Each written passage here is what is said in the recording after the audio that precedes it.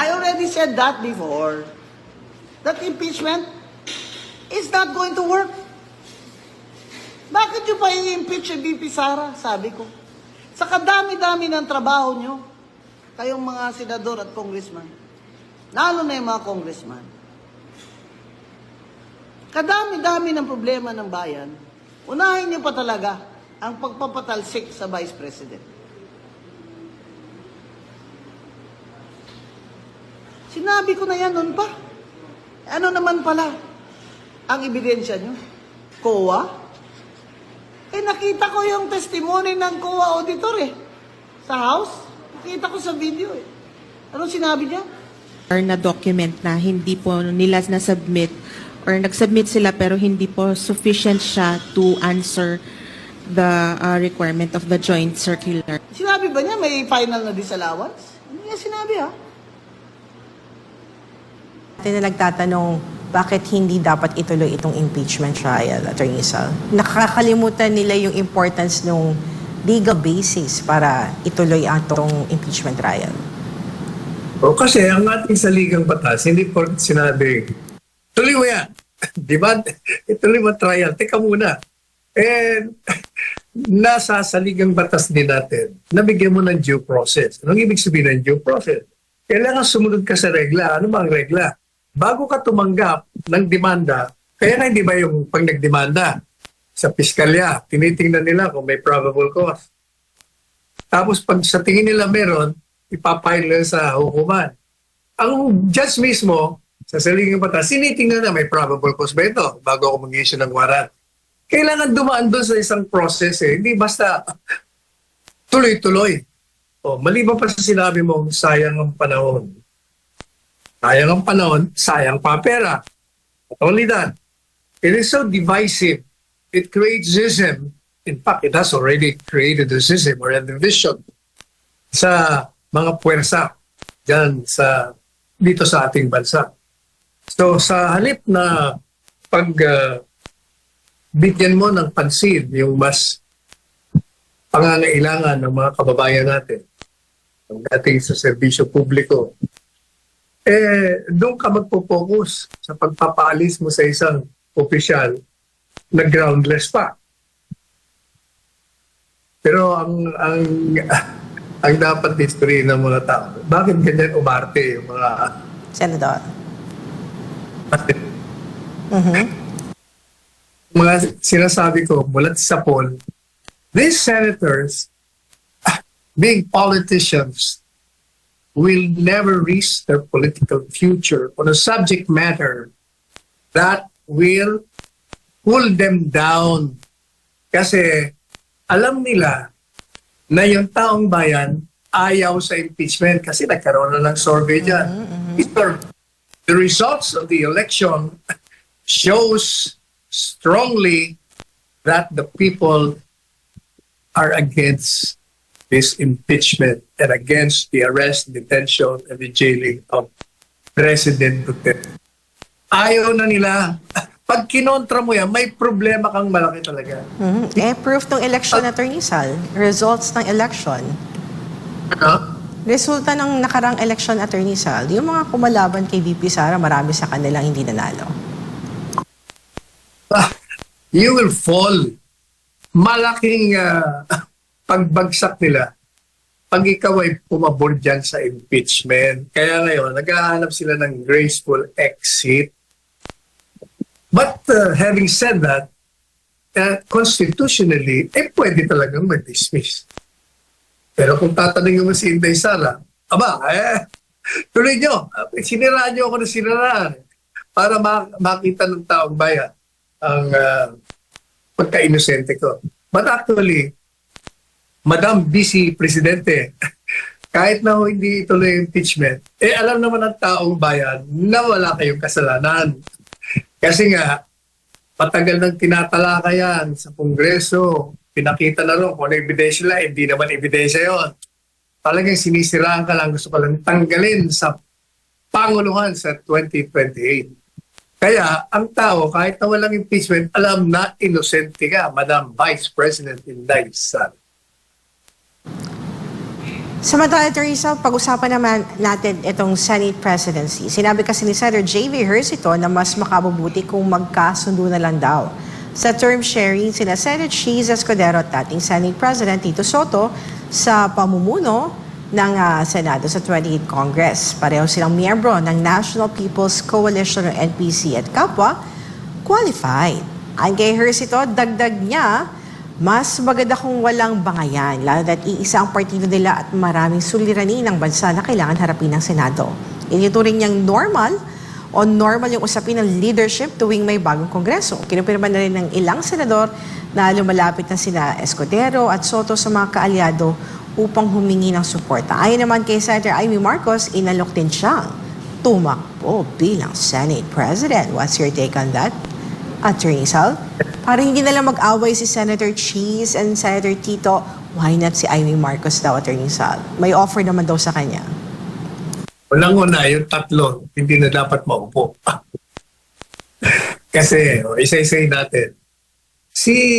Mga kaibigan natin to, pero kailangan, dinidiscuss natin academically. Walang.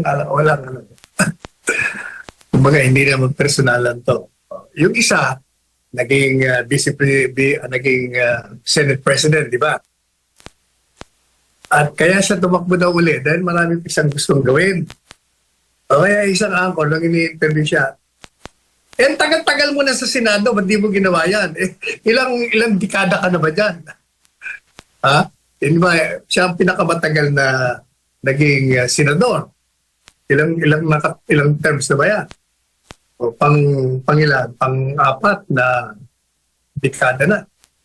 O bakit kailangan pa? Madalit sabi, bilang Senate President ka, hindi ka nagpakita na dapat na maupo ka muli.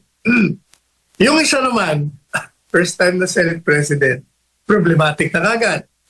Sa halip na manindigan siya bilang isang Senate President pagdating sa illegal na pag-aaresto ng Presidente Duterte, bilang abogado, wala rin. Hindi niya rin ginawa yung kanyang tungkulin bilang isang abogado at bilang Senate President.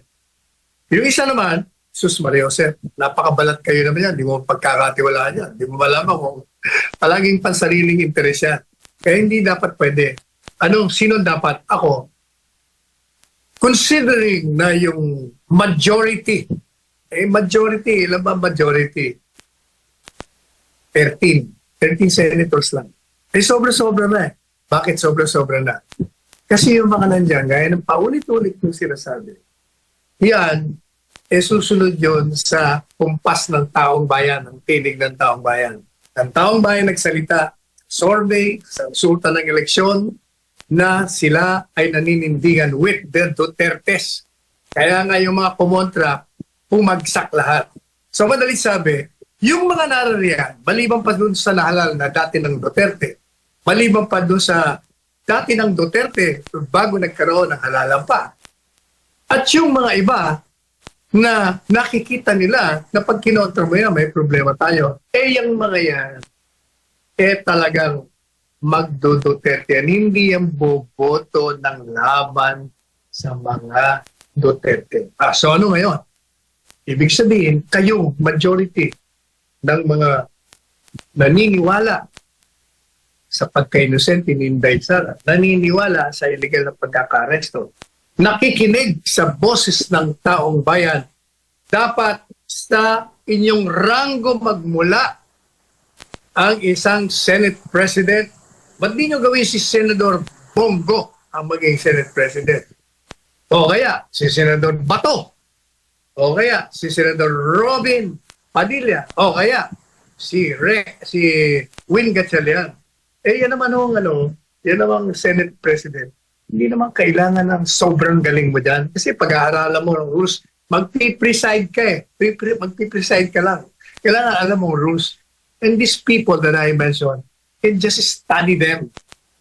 Basta malaga, kailangan yung mga Duterte ang maging Senate President, yung mga nasa grupo ng Duterte, hindi yung mga nanahimik, yung mga nagbalat kayo, yung mga kumontra sa mga Duterte. Ayan ang aking posisyon dyan.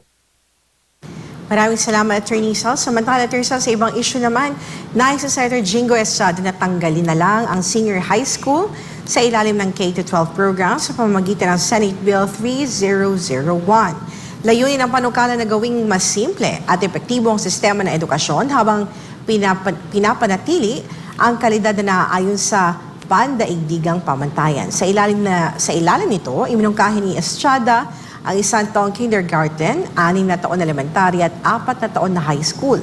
Ayon sa Senador Bigo kasing may sa katuparan ng SHS o ng senior high school ang mga layunin nito sa nakalipas na 12 taon, kabilang ang paghahanda ng mga mag-aaral sa trabaho o kolehiyo.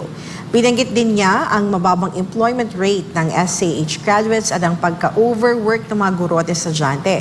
Base sa Pulse Asia Survey noong March 2025, bumaba ang kasiyahan sa programa. Sabi naman ni Jeanette, nakakasuka nitong BBM na to at Torre, kailan na kaya karamihan ng mga yan. Sakit pa sa bansang Pilipinas, tuwang-tuwa si BBM. Proclamation ng attack dog niya, maghahasik na naman ng lagim itong dalawa na ito. Matagal na nag-aasik ng lagim. Sabi naman ni AJ, dapat i-unmask yung NDF while nangangampanya sila. Terrorist recruiter sila. NDF din siguro tong Garcia or magkanong bayad angkel. Tsaka ang e-gov. Ganyan naman dapat noon pa lahat ng government ID na isa lang ang record na makikita ng lahat. Dito nang walang maraming ID, wala pang mga silbi. Ay marami silang issue na pinagsabay-sabay, Attorney Sam. Parang wala akong naintindihan sa kanya. Sa kanyang ano mo yung issue mo? Isa lang. Ikaw. Sabi naman ni Janeline Uy, walang-wala talaga yung mga bangag until the president. Dapat i-impeach na yung Marcos na yan. Dapat siya ang makulong sa The Hague. Bagong Pilipinas talaga, BBM, bangag, budol, magnanakaw. Kaya naghihirap ang Pilipinas dahil sa pagnanakaw sa pera ng taong bayan. Only in the Philippines ang grabing korupsyon at crimes. Bangag kasi ang president. Napakainit ang ulo ng ating texter, Attorney Sal. Kaya texter, anong gagawin mo? Baka puro ka lang text. Lumabas ka sa kalsada pag may nanamagan ng mag-rally tayo sa... Sabi naman ni Schuyler Dwight, good morning, Attorney Panelo. Maraming salamat po sa loyal na pag-support ninyo kay President Rodrigo Duterte. Salamat, Attorney Panelo, laging pagdepensa ng tama kay PRD at hindi niyo po iniwan ang pamilyang Duterte. Lalo na kay PRD. Only PRD, the best president ever. We love you, PRD. Bring him home. Tama yung sinasabi mo, dinidepensa mo kasi nasa tama siya. Kasi pag hindi siya nasa tama, hindi ko siya didepensahan. Sabi ko nga palagi, I will always defend you or anybody if you are in the right. If you're in the wrong, maniwala kayo. Kahit magkakaibigan tayo, talagang tatamaan ka. Sabi naman ni Corazon Pensona, Attorney Sal, tanong lang, saan na mga Afghan refugee na nakatira ngayon sa atin pong bayan na hindi naman sila payagang makapasok sa Amerika? Paano ba yan? Ibig sabihin, dito na lang sila maninirahan sa ating bansa? Baka nakapag-asawa na ng mga Pilipino. Ang bilis naman. Bakit? Ang tagal na taon na yun. Ay nako, Attorney Sal. Sana naman, Attorney Sal, walang ibang nais ang ating mga kababayan kundi ang mapabuti ang pamumuhay ng bawat Pilipino, Attorney Sal. As in, dapat lahat ng Pilipino mapaayos ang hanap po ang pamumuhay, Attorney Sal. But what's happening sa gobyerno natin, Attorney Sal, talaga namang nakahati-hati tayo. Yes, Attorney. Kung yung sinasabi mong magkaroon ng magkaroon ng disiplina, magkaroon ng papagawa, revolutionary government natin ng buong tapang at ng buong kahinahunan. Payapa, mahinahon.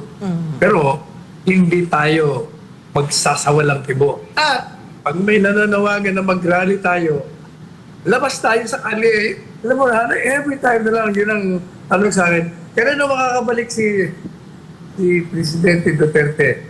Kaya kung tayo lumabas na sa kalsada, mapayapa, lahat tayo lumalabas. Ipaalam natin sa gobyerno ang ating pagtutol at ang ating pagputos sa gobyerno ito na ibalik ang Presidente Duterte sa ating bansa.